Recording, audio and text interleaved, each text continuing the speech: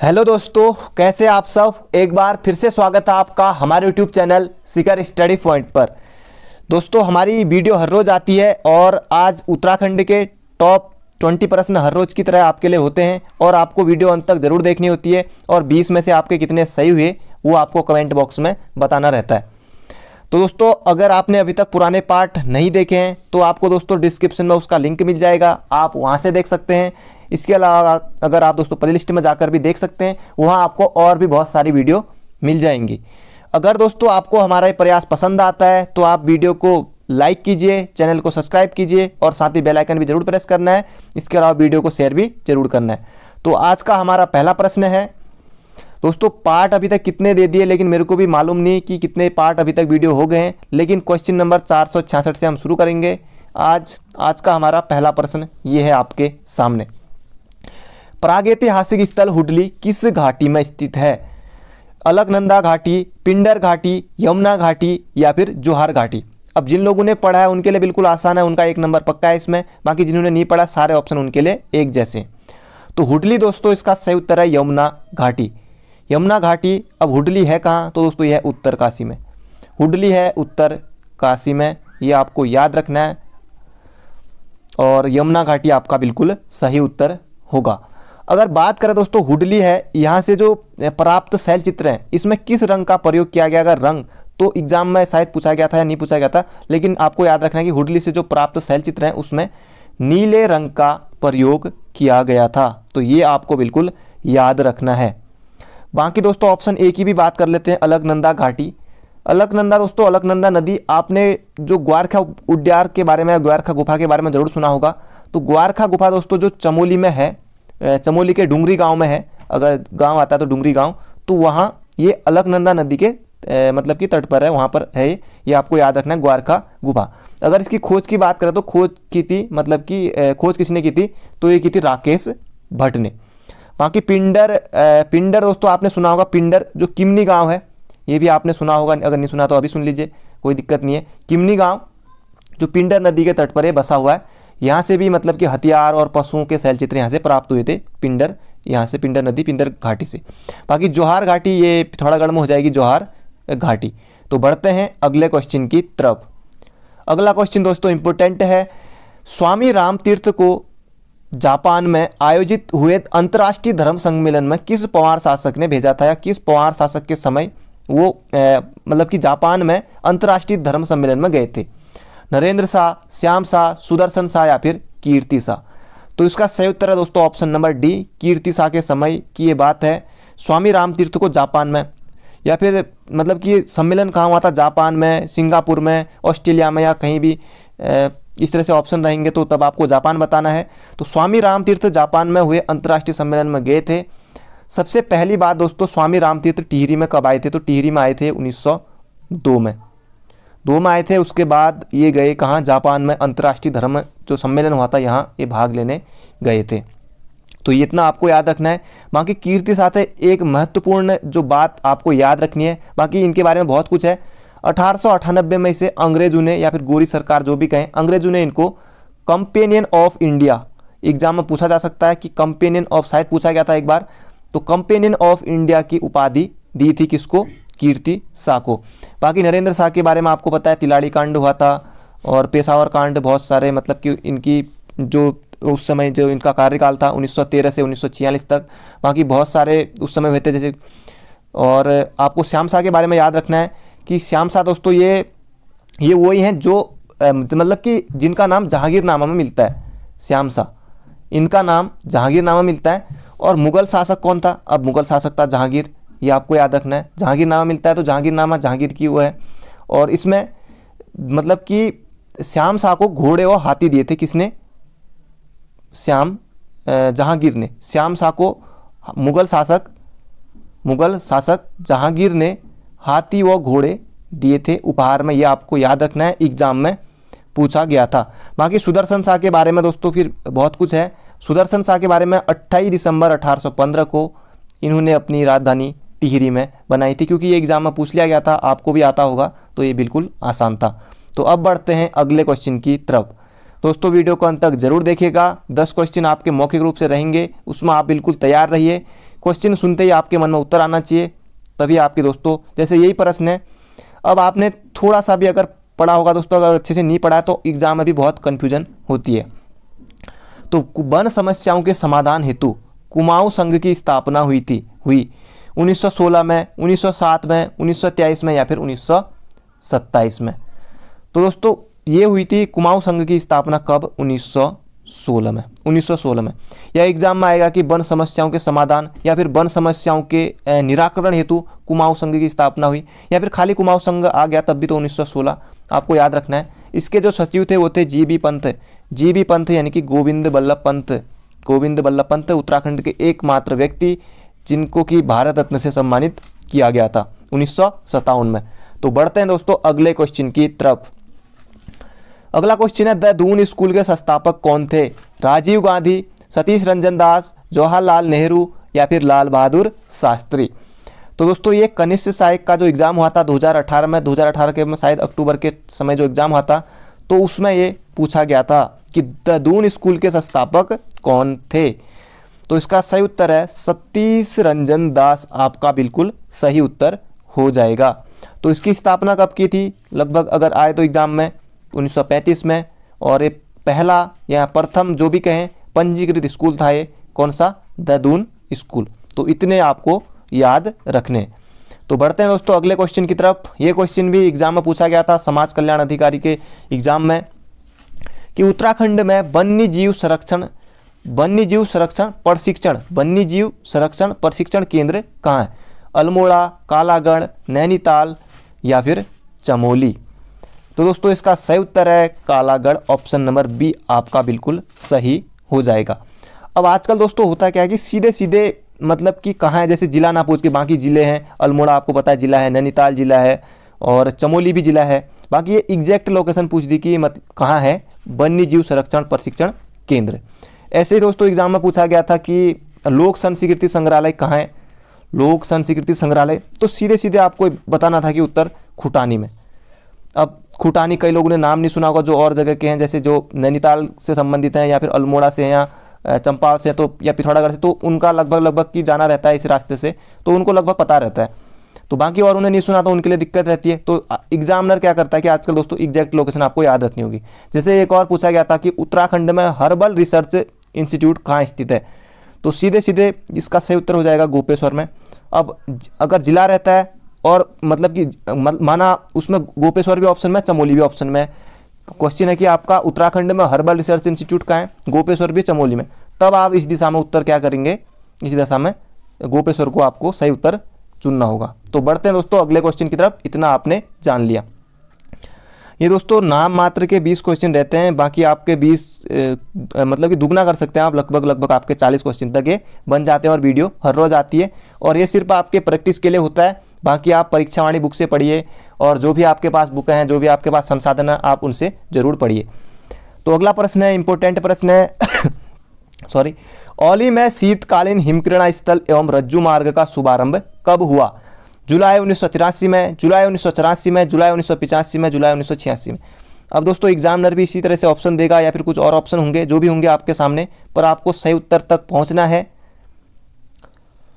औली में शीतकालीन हिमकिरण स्थल एवं रज्जु मार्ग का शुभारंभ हुआ था दोस्तों 1983 में। अब बहुत लोगों का यहीं पर गलत हो गया, एक नंबर उनका वैसे चले गया, और बहुतों का सही भी हो गया, उनको एक नंबर मिल भी गया। तो ये औली में हुआ था दोस्तों जुलाई 1983 में। इंदिरा गांधी उस समय इन्होंने इसका उद्घाटन किया था, और बाकी जो इसको लोकोर्पित किया गया, समर्पण किया गया, वो अक्टूबर 1983 में किया गया। ये आबकारी के एग्जाम में आया हुआ था अभी हाल ही में प्रश्न, तो इतना आपको याद रखना है। ये एशिया का सबसे लंबा, एशिया जैसे कि एशिया का पहला राष्ट्रीय उद्यान आता है जैसे कार्बेट, तो वैसे ही एशिया का सबसे लंबा और सर्वाधिक ऊंचाई पर स्थित रोपवे या फिर रज्जु मार्ग जो कहिए, तो वो ये हो जाएगा कौन सा? औली में ये वाला। तो ये आपको याद रखना है, जुलाई 1983 में। अब बढ़ते हैं अगले क्वेश्चन की तरफ। अगला क्वेश्चन है, चंद राजाओं का राज चिन्ह था। अब दोस्तों बहुत से लोगों के लिए बिल्कुल हवा वाला क्वेश्चन है और एग्जाम में पूछा गया था, तब आपका एक नंबर इसमें आना ही आना चाहिए। तो जिन लोगों ने नहीं पढ़ा तो उनके लिए मुश्किल ही है। चंद राजाओं का राज चिन्ह था हाथी, घोड़ा, गाय या फिर हिरण। तो इसका सही उत्तर हो जाएगा गाय। चंद राजाओं का राज चिन्ह क्या था? तो गाय था। अब बात कर लेते हैं तो दोस्तों थोड़ी चंद राजवंश के बारे में कुछ 3-4 पॉइंट आपको बता देता हूँ कि चंद आपको पता होंगे तो आप सुन लीजिए, रिवीजन हो जाएगा। सबसे पहले चंद वंश की स्थापना किसने की थी? अगर आयोग 2018 से पहले तक चंद वंश की स्थापना आयोग के अनुसार थोरचंद ने की थी। फिर उसके बाद आयोग ने उत्तर देना शुरू कर दिया, क्या चंद्रवंशी की स्थापना किसने की थी? तो सोमचंद ने। तो आपको भी अब आने वाले एग्जाम में सोमचंद ही अपना सही उत्तर करना है। चंद्रवंशी की स्थापना सोमचंद ने।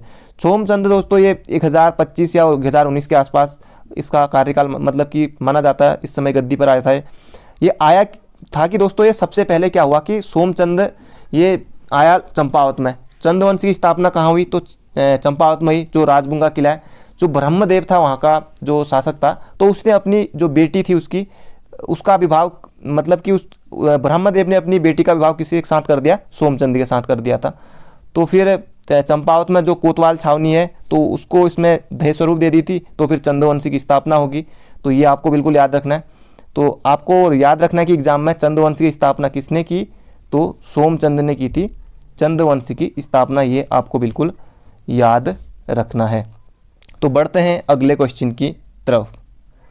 फिर बाद में चंदू ने अपनी राजधानी अल्मोड़ा में स्थानांतरित कर दी थी 1563 में। पहले तो भीष्मचंद ने, तो भीष्मचंद की पहले ही मृत्यु हो गई थी, फिर उसके बाद बालो कल्याण चंद ने पूर्ण रूप से की थी। तो अगला इंपॉर्टेंट प्रश्न है कि पहाड़ दिवस मनाया जाता है।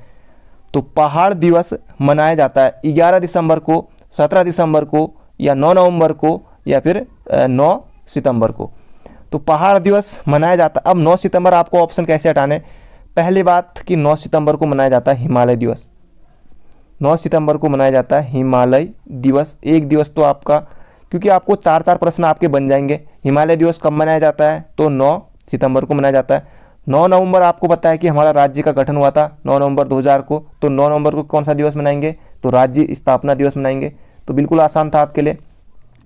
अब बात आती है कि 17 दिसंबर और 11 दिसंबर। 17 दिसंबर को याद रखिए कि गंगा स्वच्छता दिवस मनाया जाता है, गंगा स्वच्छता दिवस। अब आपका ऑप्शन नंबर ए बचा, तो ऑप्शन पहाड़ दिवस मनाया जाता है कब? 11 दिसंबर को। तो इतना आपको बिल्कुल याद रखना है। बाकी 9 सितंबर, 9 नवंबर, 17 दिसंबर ये भी सब एग्जाम में पूछे गए हैं पहले तक। ये वाला पहाड़ दिवस वाला अभी तक नहीं आया था, क्या पता अगली बार ये एग्जाम में आ जाए। तो बढ़ते हैं अगले क्वेश्चन की तरफ। जो भी आए, इनमें से भी आए, तब भी आपको बिल्कुल सही उत्तर पर टिक करना है। अगला प्रश्न है, जल्लीसेरा बुग्याल स्थित है चमोली में, उत्तरकाशी, पिथौरागढ़, या फिर रुद्रप्रयाग। तो जल्लीसेरा बुग्याल दोस्तों यह है चमोली में ये तपोवन में है। तो ये आपको बिल्कुल याद रखना है। बाकी उत्तरकाशी का एक बुग्याल याद रखिए, हरकीदून। बाकी और भी बहुत सारे बुग्याल हैं, दियारा बुग्याल है। पिथौरागढ़ में दोस्तों, पिथौरागढ़ में लड़ी पांगती बुग्याल है, राहली बुग्याल है। और रुद्रप्रयाग में चोपता बुग्याल को तो आपने बहुत सुना ही होगा, चोपता बुग्याल। तो ये आपको बिल्कुल याद रखना है। तो बढ़ते हैं अगले क्वेश्चन की तरफ। ये दोस्तों करंट अफेयर से संबंधित प्रश्न है कि भारत का पहला नेचुरल, क्योंकि भारत की बात हो रही है, या भारत का या फिर उत्तराखंड का पहला आए, माना भारत ना दे आयोग, उत्तराखंड का पहला नेचुरल फाइबर सेंटर कहाँ खोला जाएगा? या फिर भारत का पहला नेचुरल फाइबर सेंटर कहाँ खोला जाएगा? चमोली, उत्तरकाशी, पिथौरागढ़, या फिर अल्मोड़ा। तो लाइकेन पार्क पिथौरागढ़ में खुल रहा है, मुनस्यारी में। तो इसका सही उत्तर हो जाएगा क्या? Option number D. दोस्तों ये सी हो गया है, तो ऑप्शन नंबर डी होगा यहाँ पर।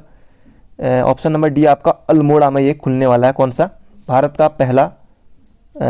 का पहला नेचुरल फाइबर सेंटर। दोस्तों ये डी की जगह आज हर ऑप्शन में सी रह गया। बाकी आप लोग खुद समझदार हैं जो लोग अभी तक वीडियो तक को देख रहे होंगे, क्योंकि दोस्तों उस समय क्योंकि टाइपिंग एरर हो जाती है। ये ऑप्शन आपने उसे भी आपने डी माना होगा, क्योंकि कई लोग कहेंगे कि सी हो गया, पर आप लोग खुद समझदार हैं। तो अब शुरू करते हैं दोस्तों क्विज। तो दोस्तों अब 10 क्वेश्चनों के लिए तैयार रहिए। क्वेश्चन आपके सामने शुरू हैं। हो सके तो आपको इसका सही उत्तर कमेंट बॉक्स में देना है, और मौखिक होंगे, आपके मन में सीधे उत्तर आना चाहिए 5 सेकंड में। पहला प्रश्न सुनिए, 11वां प्रश्न, क्योंकि आप लोग कहते हैं कि कम क्वेश्चन है, तो 11वां प्रश्न सुनिए। उत्तराखंड संस्कृत अकादमी की स्थापना कब हुई थी? सीधे आपके मन में आना चाहिए 2004, 2005, 2006, 2009। तो उत्तराखंड संस्कृत अकादमी की स्थापना कब हुई थी? तो दोस्तों इसका सही उत्तर है 2009 नहीं है, यह है 2005। 2005 ऑप्शन नंबर कोई नहीं आपका सही होगा, यानी कि मैंने ऑप्शन तो है नहीं कुछ, क्योंकि मौखिक रूप से है। तो 2005 आपका बिल्कुल सही उत्तर होगा, ये आपको बिल्कुल याद रखना है। उत्तराखंड संस्कृत अकादमी की स्थापना। अब है दोस्तों 12वां प्रश्न, रौंथी ग्लेशियर स्थित है। रौंथी ग्लेशियर दोस्तों जो अभी ऋषिगंगा वाली जो घटना हुई थी तो इसी से संबंधित है। रौंथी ग्लेशियर भी एग्जाम में पूछे जाने की पूरी संभावना है। जैसे कीर्ति ग्लेशियर पूछ लिया गया था, उत्तरकाशी में था जो उस समय की, बहुत से लोगों ने सुना ही नहीं था, बहुत कम लोगों ने, लगभग 4-5% लोगों ने उसका सही उत्तर दिया था। तो रौंथी ग्लेशियर स्थित है तो दोस्तों ये हो जाएगा कहाँ, चमोली में। चमोली में इसका सही उत्तर हो जाएगा। रौंथी ग्लेशियर कहाँ है, तो चमोली में। अब है आपका 13वां प्रश्न। 13वां प्रश्न है दोस्तों SDRF, राज्य आपदा मोचन बल, ये इसकी मतलब कि स्थापना कब हुई थी ये आपको बताना है। जो जब केदारनाथ में बाढ़ आई उसके बाद इसकी स्थापना हुई थी कब, 21 जुलाई 2013 को। 21 जुलाई 2013 को ये आपको बिल्कुल याद रखना है। SDRF का गठन किया गया था हमारे राज्य में। अगला है 14वां प्रश्न। 2020 में, जिस समय की फॉरेस्ट गार्ड का एग्जाम हो रहा था उससे पहले की बात है, तो 2020 में डॉक्टर अनिल प्रकाश जोशी को किस पद्म पुरस्कार से सम्मानित किया गया था। किस पद्म पुरस्कार से सम्मानित किया गया था। पद्म पुरस्कार में ऑप्शन है आपके, जैसे कि जो पद्म विभूषण, जो कि पद्म विभूषण, और उसके बाद पद्म भूषण और फिर पद्म श्री। सबसे नीचे होता है दोस्तों, जैसे पद्म श्री छोटा है, फिर उससे बड़ा पद्म भूषण है, फिर पद्म विभूषण है। तो इनको दिया गया था कौन सा, डॉक्टर अनिल प्रकाश जोशी को 2020 में पद्म भूषण से सम्मानित किया गया था। अनिल प्रकाश जोशी हेस्को संगठन के संस्थापक हैं, पर्यावरणविद हैं, कोटद्वार पौड़ी से इनका संबंध है, बाकी और भी बहुत सारे फैक्ट हैं। अगला प्रश्न है 15वां कि बाघ पट्टी क्या है। जैसे मैंने आपको कल पूछा था कि धूली पात मतलब कि पाथा क्या है, तो आज आपको बताना कि बाघ पट्टी क्या है। बाघ पट्टी तो ये दोस्तों एक पारंपरिक या फिर पारंपरिक खेल है, तो ये आपको बिल्कुल सही करना अगर एग्जाम में आता है तो। पारंपरिक खेल बाघ पट्टी। अब दोस्तों बढ़ते हैं अगले क्वेश्चन की तरफ। अगला क्वेश्चन आपके लिए इंपॉर्टेंट प्रश्न है। अब इसमें बहुत सारे लोग, क्योंकि आयोग ने भी इसमें दोस्तों, अब आपको बताना है प्रश्न कौन सा है। आप कहेंगे कुमाऊं मंडल विकास निगम की स्थापना कब हुई थी। कुमाऊं मंडल विकास निगम की स्थापना कब हुई थी। अब दोस्तों इसके लिए, क्योंकि आपने भी पढ़ा होगा, एक तो पढ़ा होगा आपने 31 मार्च 1976, और आयोग ने एक जो कनिष्ठ सहायक का एग्जाम हुआ था 2016 में, उसमें दिया था 1966 भी आयोग ने सही माना था। और एक ऑप्शन था इनमें से कोई नहीं, और 1976 वाला ऑप्शन नहीं था, और ऑप्शन बने थे, बाकी दूर दूर के ऑप्शन थे, तो आयोग ने 1966 सही माना था। इनमें से कोई वाला सही नहीं माना था। अब दोस्तों ये दो ऑप्शन तो आपके सामने एक साथ होंगे नहीं, 1966 या फिर 1976, तो इनमें से जो आपके सामने हो वो आपको टिक करना है। 1976 दे दिया तो वो सही करना है, 1966 तो सही आपको, या 1966, क्योंकि एक बार आयोग इसी भी दिया था, इसी भी दिया था। तो ये थोड़ा सा अगर आपको पता है इस बारे में ज़्यादा तो आप कमेंट बॉक्स में लिख सकते हैं, ताकि और लोगों को भी इस बारे में पता चल सके। बाकी कुमाऊं मंडल की स्थापना भी 1976 आपने बुक में पढ़ा होगा, और बाकी गढ़वाल मंडल विकास निगम की स्थापना भी 31 मार्च 1976, ये भी आपने पढ़ा होगा। बाकी दोस्तों आपको इस बारे में ज़्यादा पता है तो आप कमेंट बॉक्स में ज़रूर लिखिएगा, जो अनुभवी लोग हैं ज़रूर। 17वां प्रश्न है कि शीतकाल में माँ गंगा की डोली किस गांव में आती है, या मतलब कि माँ गंगा की डोली कहाँ है, गंगोत्री में। माँ गंगा का मंदिर गंगोत्री में, तो वो कहाँ पूजा होती है, तो मुखवा गांव में होती है। तो मुखवा ये आपको बिल्कुल याद रखना है। अगला प्रश्न है 18वां प्रश्न। अब दोस्तों वीडियो को आपको अंत तक जरूर देखना है, क्योंकि 18 प्रश्न है। बाकी अभी तक लाइक नहीं किया तो लाइक कर दीजिए, और नए हैं तो चैनल को जरूर सब्सक्राइब।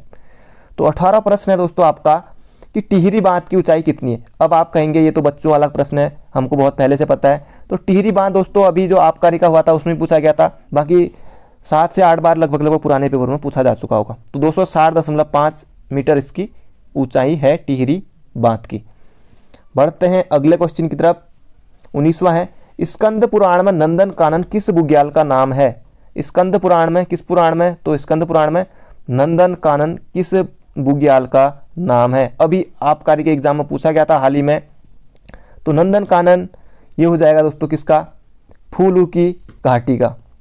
अब बाकी ऑप्शन इसलिए नहीं दिए, बाकी वेदनीत ऑप्शन में था, औली ऑप्शन में था, और एक आध कल्पनाथ शायद ऑप्शन में था। तो आबकारी में आया था फूलू की घाटी, फूलू की घाटी। बाकी कल मैंने फुलुगी घाटी के बारे में बताया था कि आपको इसकी स्थापना कब हुई थी, नदी के बारे में बताया था, जैसे पुष्पावती नदी कब इसको यूनेस्को की विश्व धरोहर में शामिल किया गया था, सब आपको कल की वीडियो में बताया था। आज आपका आखिरी क्वेश्चन, 20वां क्वेश्चन, इसके बाद आपको दोस्तों स्कोर बताना अपना। पूर्वी रामगंगा नदी का उद्गम होता है, पूर्वी रामगंगा नदी का उद्गम होता है, तो इसका सही उत्तर हो जाएगा नामिक ग्लेशियर। ये भी एग्जाम में अभी हाल ही में आबकारी के एग्जाम में ये भी पूछा गया था। तो ये थे दोस्तों आज के क्वेश्चन। कल मिलेंगे एक और नई वीडियो के साथ, तो अपनी तैयारी करते रहिए। Thank you friend, thank you so much.